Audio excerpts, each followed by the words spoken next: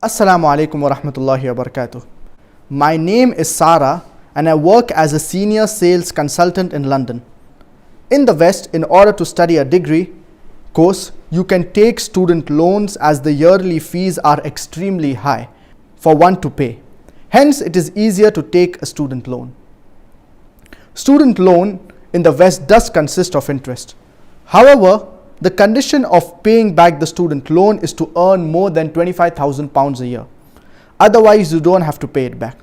And after 30 years, or if a person dies, this loan will be written off. Is it still okay?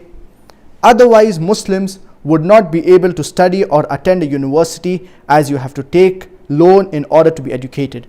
What should one do?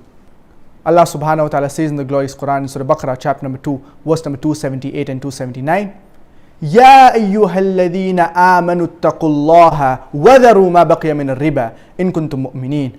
O you believe, fear Allah and give up your demands of riba if you are believers. فإن لم تفعلوا, if you do not do so, فأذنوا بحرب من الله ورسوله. So be prepared that Allah and His Messenger will wage a war against you. So riba, it is completely prohibited in Islam. Dealing in riba, it is haram in Islam.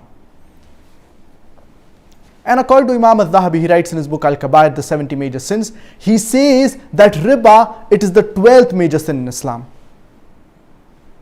So dealing in riba, it is completely prohibited, it is haram. Now, as you have asked in your question regarding a student loan, and you only have to repay this loan if you earn more than £25,000 a year. Even in this situation, you cannot agree with this contract. Even if you know that you will not earn more than £25,000 a year, yet you cannot agree with this contract. Because you are agreeing that in this situation you will pay riba, you will deal in riba. So this is completely prohibited in Islam. I am aware that there are certain Western so-called scholars who say that it is permitted to take a student loan, to take a home loan, to take a house loan, even if it involves in riba. But the verse of the glorious Quran, it is clear in the prohibition of dealing with riba. And dealing in riba, it is a major sin. So we should abstain from dealing in riba. And if you want to study, so there are other solutions. The first is that you can apply for scholarship.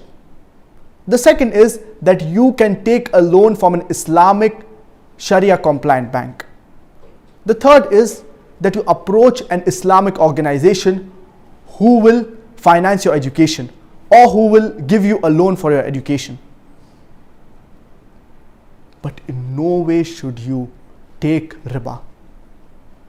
And many a times, you know that if you deal in riba, in this world you will get a lot of benefit. It will be lucrative. For example, if you take this loan, this student loan, it may be, for example, for medicine. And then later on, you will become a doctor and you will earn a lot of money. You will have so much respect.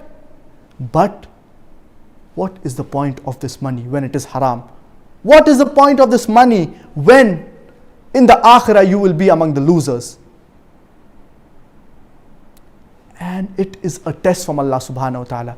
Allah subhanahu wa ta'ala tests different people in different ways. So Allah subhanahu wa ta'ala tests people. For example, He may show them that they have a good offer to deal with riba. But it is a test for this person in this situation, will he yet deal in riba or no? So this is very important, that we need to abstain from all the things that are haram. And inshallah, you have other solutions like scholarship.